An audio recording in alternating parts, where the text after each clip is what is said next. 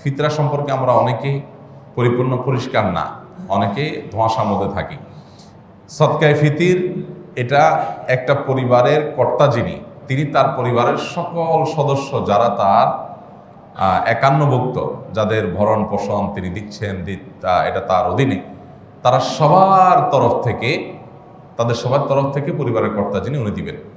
আপনি আপনার স্ত্রী, আপনার সন্তান সন্ততি, এমনকি দুধের বাচ্চা, সবার হেড কাউন্ট করে সবার তরফ থেকে আপনি ফিতরা আদায় করবেন। ফিতরাটা কি? ফিতরাটা হলো নবী করিম সাল্লাল্লাহু আলাইহি ওয়াসাল্লাম বলেছেন, এটা তোহরাতান লিস-সাইমি আনিল লাগবি ওয়ার রাফাস ওয়া তু'মাতান লিল মাসাকিন। এটা হলো রোজাদার ব্যক্তির রোজা রাখতে গিয়ে যে আমাদের ভুল ত্রুটি হয়, আমাদের যে ত্রুটি বিচ্যুতি হয়, আমাদের যে আপনার অহেতুক কথা বলা হয়, এসব কাজগুলো থেকে রোজাকে রিফাইন করা, এসব কাজগুলো থেকে রোজাকে পরিচ্ছন্ন করা, এই কাজটা সদকায়ে ফিতির করে।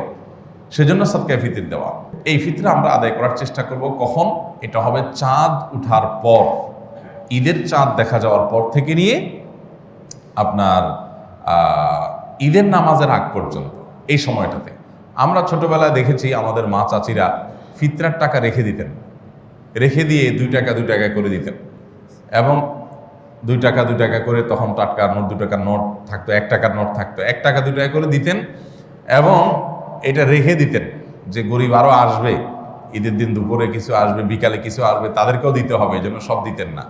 তো এইভাবে দিলে ফিতরা আদায় হবে না, এটা ওনারা জানতেন না, ভুল পদ্ধতিতে ফিতরা দিতেন। নবী করিম সাল্লাল্লাহু আলাইহি ওয়াসাল্লাম বলেছেন, ফামান আদ্দাহা ক্বাবলা সালাতি ফাহিয়া সাদাকা মাকবুলা।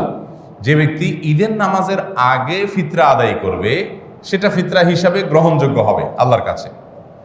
ওমান আদ্দাহা বা'দা সালাতি ফাহিয়া সাদাকাতুম মিনাস সাদাকাত। আর যে ব্যক্তি ঈদের নামাজের পরে ফিতরা দিবে, সেটা জেনারেল ডোনেশন হয়ে যাবে, এটা ফিতরা হবে না, আপনার ফিতরার ভূমিকা ওইটা রাখবে না। অতএব ঈদের নামাজের আগে দিতে হবে। দেখুন ইসলামের সৌন্দর্য, ঈদের নামাজের আগে কেন, পরে হলো সমস্যা কি? এমন ইসলাম চায় আপনি আমি, আমাদের যে আনন্দ আছে, আমাদের যে ভোগ আছে, আমাদের যে উৎসব আছে, আমাদের যে উল্লাস আছে, আমাদের যে ফুর্তি, এটা করবার আগে আমি অন্তত এক বা একাধিক পরিবারের হাসি এবং আনন্দের ব্যবস্থা করে তারপর আমি হাসব। এ হলো ইসলামের নির্দেশনা। আমি একটা গরিবের বাসায় খাবার পৌঁছাই দেব, সেই খাবার, সেই খাদ্য তাদের আনন্দের কারণ হবে, দেন আমি ঈদগাহে যাব। কারণ ঈদের পূর্ণতা, ঈদের আনন্দ, এটা 16 কলায় পরিপূর্ণতা পায় কখন? ঈদগাহে যাওয়ার পর।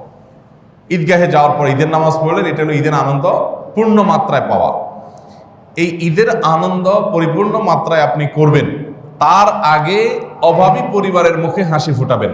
অর্থাৎ আপনি ভোগ করেন, এই দিনটা আপনাকে ভোগ করার জন্য আল্লাহ তাআলা দিয়েছেন।